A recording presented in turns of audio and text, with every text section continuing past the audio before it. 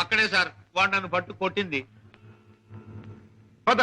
Sir sir sir నాకు భయంగా ఉంది సార్. నేను కారులో ఉంటాను సార్. నేను వింటున్నాను కదరా, పద. అయ్యో అయ్యయ్యో ఇప్పుడే కదా సార్ తన్నాడు. బాబు బాబు బాబు కదా నా బాబు. వీరికి సన్నాసి. 5 రూపాయలు ఇదిగో, ఇక్కడ రౌడీ నాగులు ఎవడు? ఆడితో ఎందుకు బాబు గొడవ? మీ దారి మీరు వెళ్ళిపోండి. పెడతాను కానీ వాడు ఎక్కడున్నాడో చెప్పండి. ఇక్కడే ఉన్నాను బే.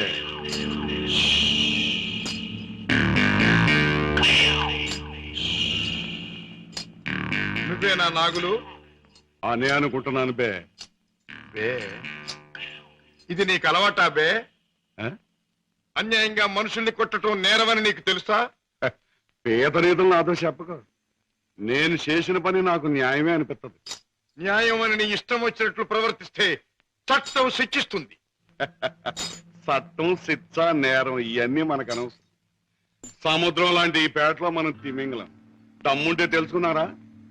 లేకపోతే నోరు మూసు తలంచూపో. అంతేగాని ఈ నాగులు గారి దగ్గరకు వచ్చి రూల్స్ గిల్స్ అంటే తల మీద బొమ్మిడలు ఏం చేయగలరు? మన గురించి కావాలంటే ఈ పేటలో అయ్యే సన్నాసి నేను అడుగు. అవునులే, పేటలో పెద్దగా మురిగే ప్రతి కుక్క గురించి ప్రతి సన్నాసికి తెలిసే ఉంటుంది. మాటలతో నన్ను రెచ్చగొట్టకు. బొస్సు కొట్టేయగలను. కొట్టక కూరలు పీకేయగలను. అంత మునగడివా?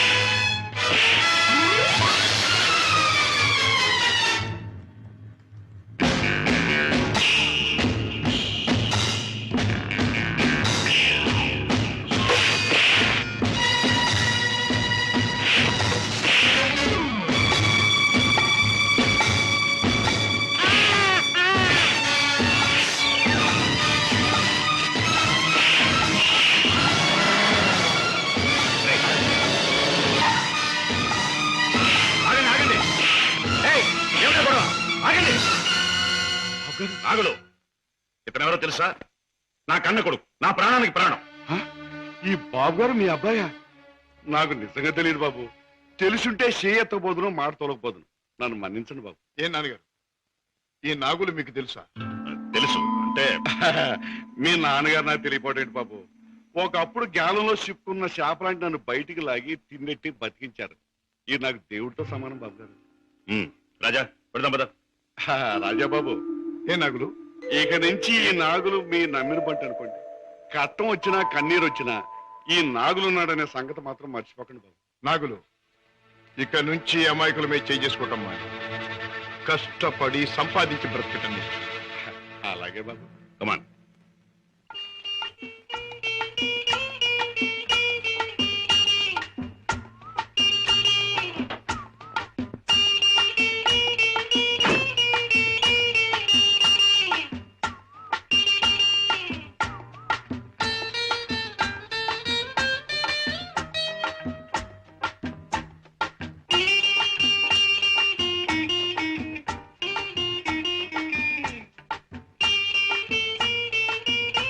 Very good, very good, very good. నాతో డాన్స్ చేస్తావా? నీతో పోటీ చేస్తే నేను ఓడిపోవడం ఖాయం రా. కింద పడేస్తావు. దింపు తాతయ్య. నువ్వు ముద్దిస్తే గాని దింపనరా. చీ, ముద్దివ్వడానికి నువ్వే ఆడపిల్లవా? నీతో మాటల్లో పోటీ చేసినా ఓడిపోవడం ఖాయం రా. రామయ్య బాబు, పద్మ వచ్చిందా? ఏం డాడీ, మీ ఆరోగ్యం అది? బాగానే ఉందమ్మా. పద్మ, మీ కాపురాన్ని గురించి ఎప్పటికప్పుడు వింటూనే ఉన్నాను. కిషోర్ పట్టుదలకి, ప్రయోజకత్వానికి చాలా ఆనందిస్తున్నానమ్మా. తాత, నువ్వు కథ చెప్తానన్నావు, చెప్పవా? ఓహోహో అన్నాను కదూ. అవును రోయ్, చెప్తాను చెప్తాను. అమ్మా పద్మ, నువ్వు బుల్లిబాబుని ఎత్తుకుని అయ్యగారింటికి వచ్చినప్పుడేనమ్మా అయ్యగారి ముఖంలో నవ్వు కనిపిస్తుంది. మనవడంటే అయ్యగారికి భలే ఇష్టం. ఓహో అలాగే, ఇట్స్ ఆల్ రైట్. రేపు కోర్టులో కలుసుకుందాం. Good night.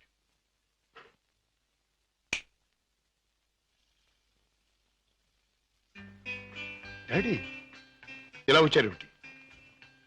అయిపోతున్న వయస్సు, అలసిపోయిన మనస్సు మనిషికి గమ్యం దగ్గర పడుతుందని తెలియజేస్తాయి కదా. అలాంటప్పుడు మిగిలిపోయిన కోరికలన్నీ త్వరగా తీర్చుకోవాలని ఆశపడతాడు మనిషి. It's natural. అవునా? మీ మనసులో ఉన్న కోరిక ఏమిటి? రాజా, చీకట్లో ఒక చిన్న దీపం ఎంత వెలుగునిస్తుందో, ముసలితనంలో ఒక పసివాడు తాత అని పిలిస్తే అంత ఆనందం కలుగుతుంది. కళ్ళకు వాడంత వెలుగవుతాడు అని రామయ్య తరచూ చెబుతుంటాడు. అప్పుడు మీరేమనేవారు? నేనా? నిజమేనని ఒప్పుకునేవాడిని. రాజా, అనుక్షణం బిజినెస్ వ్యవహారాల్లో పడి కన్నబిడ్డలకు జరపవలసిన ముద్దు ముచ్చట్లు మర్చిపోతున్నానేమో అనిపిస్తుంది. అందుకే పద్మ తన పెళ్లి తాను చేసుకుంది. ఆ పెళ్లి కళ్ళారా చూసి అదృష్టం పోగొట్టుకున్నాను. కానీ రాజా, నీ విషయంలో మాత్రం అలా జరగదు.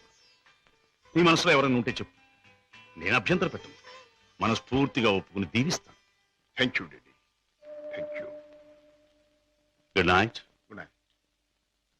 అవును బాస్, ఆ రంగయ్యని మీరు ఎలాగైనా రక్షించాలి. అసలు ఆ రంగయ్య ఎవరు? మా ఇంటి దగ్గర ఉండే టాక్సీ డ్రైవర్. మనిషి ఎంతో మంచివాడు, అమాయకుడు. చెయ్యని నేరానికి అన్యాయంగా జైలు పాలయ్యాడు. అతని మీద ఆధారపడ్డ అతని కుటుంబం అంతా చాలా బాధపడుతున్నారు. బాస్, మీరు ఎలాగైనా రక్షిస్తే వాళ్ళ కుటుంబానికి సాయం చేసిన వాళ్ళు అవుతారు. అలాగే సీత, ఈ కేసు నేను టేకప్ చేస్తాను. నేరస్తుల్ని శిక్షించడమే కాదు, అమాయకుల్ని రక్షించడం కూడా న్యాయవాదుల బాధ్యత, కర్తవ్యం. It's my duty. రంగయ్య, తప్పు చేయని వాడు దేనికి భయపడక్కర్లేదు. నీకు జరిగింది ఏమిటో చెప్పు. చెబుతాను బాబు, చెబుతాను. బెస్తపేటలో ట్యాక్సీ పెట్టి కూర్చున్నాను. ఇంతలో ఓ పెద్ద మనిషి చేపల గంప డిక్కీలో పెట్టించి ట్యాక్సీ ఎక్కి కూర్చున్నాడు.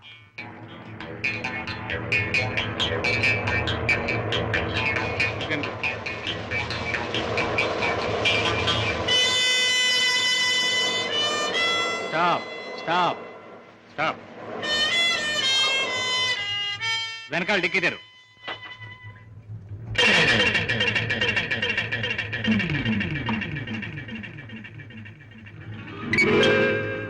ఈ చేపల గంప ఎవరిది? నాది కాదు సార్, ట్యాక్సీలో వచ్చిన వారిదండి. అలాగా.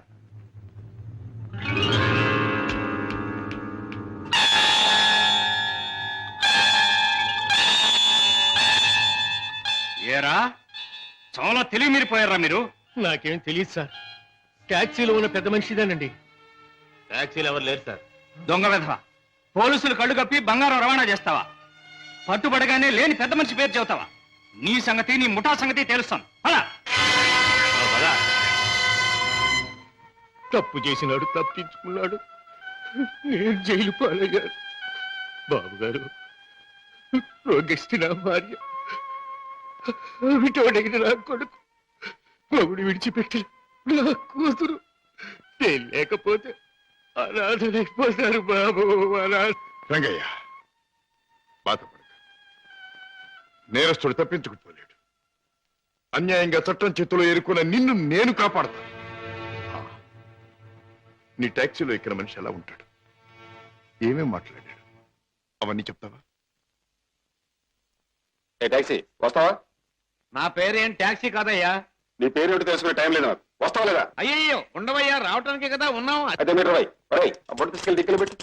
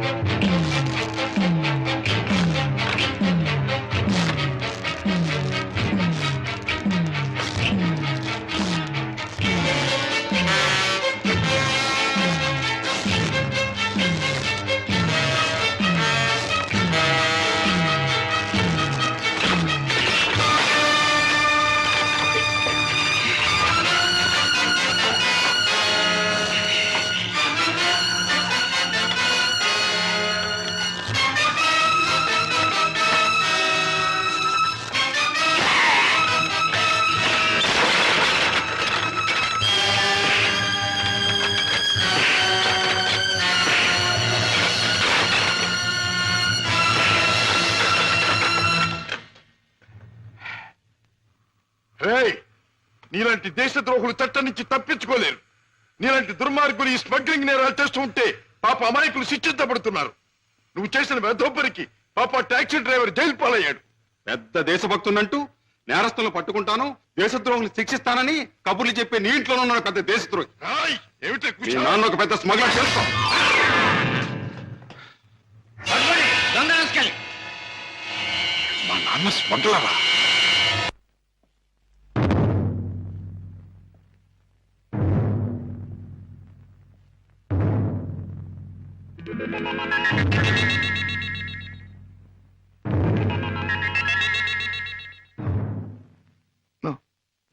నేను నమ్మలేను.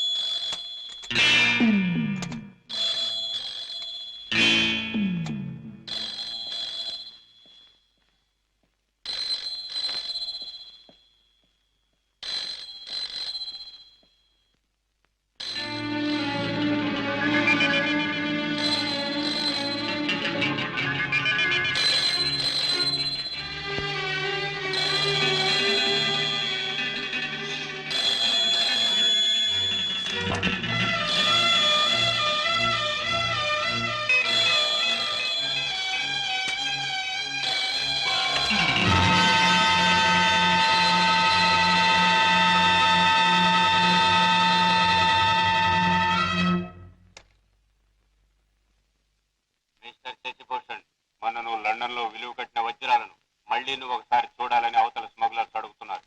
కనుక రేపు మళ్ళీ నువ్వు బయలుదేరాలని బాస్ చెప్పారు.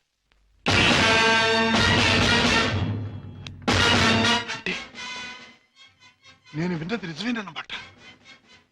Daddy is smuggler. Daddy is criminal.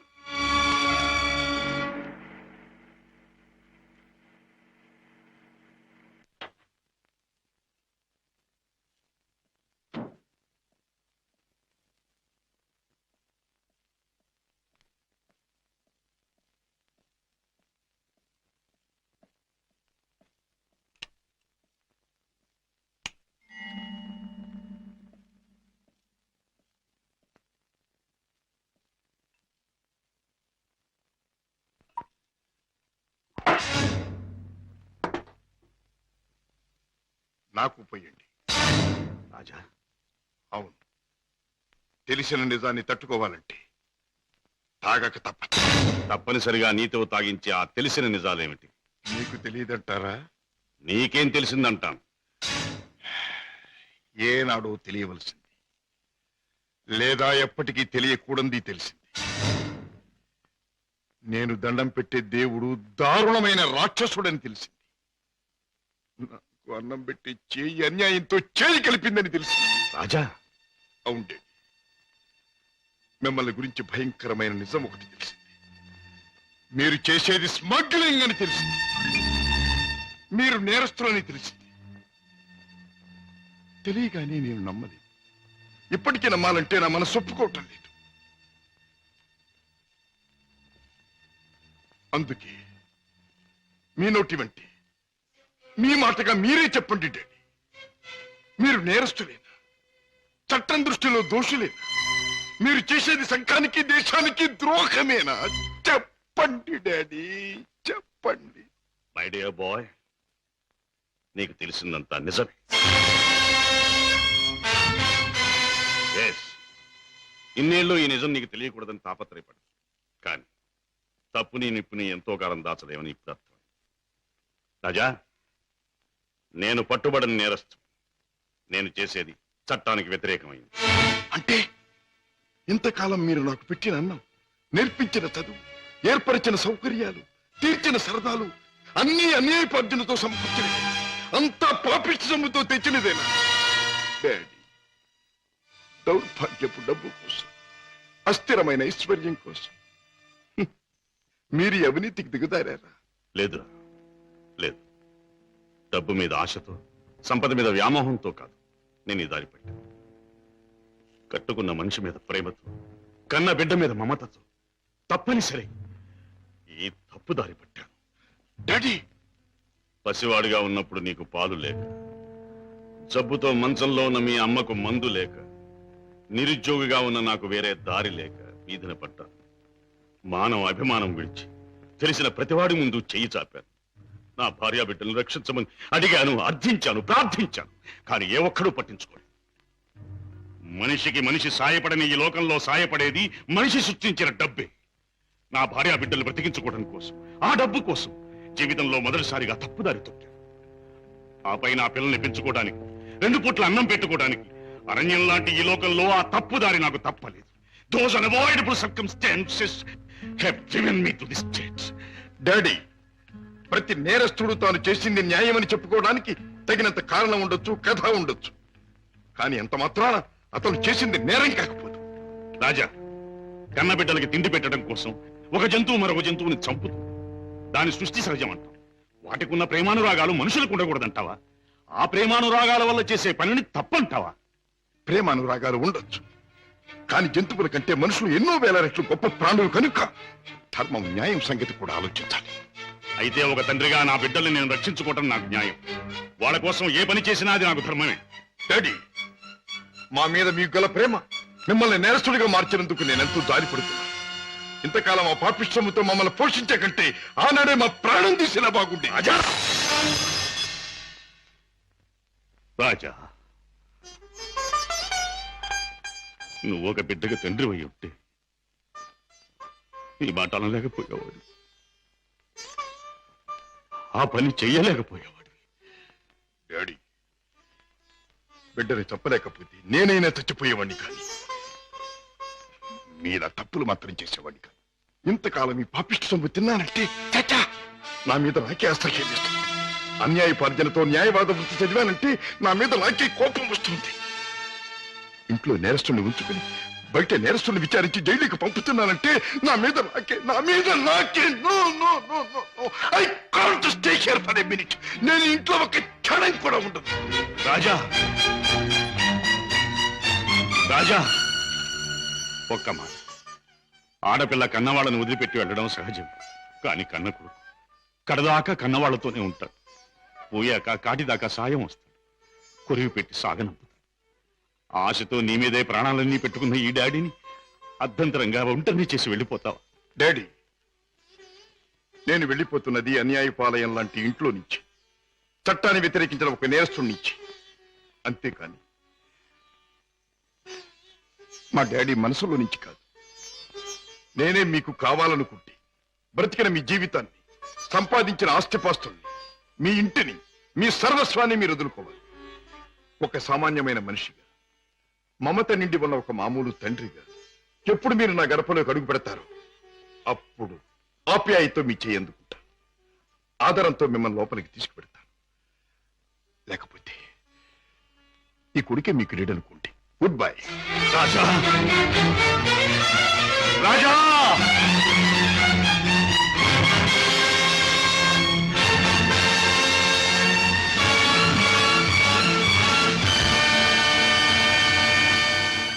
రాజును చెప్పేది మీ నాన్నగారు స్మగ్లర్స్ బుట్టాకు సంబంధించిన వారా? అవును సీత, ఈ విషయం నాకు తెలియకుండా నా ప్రాణం పోయినా బాగుండేది.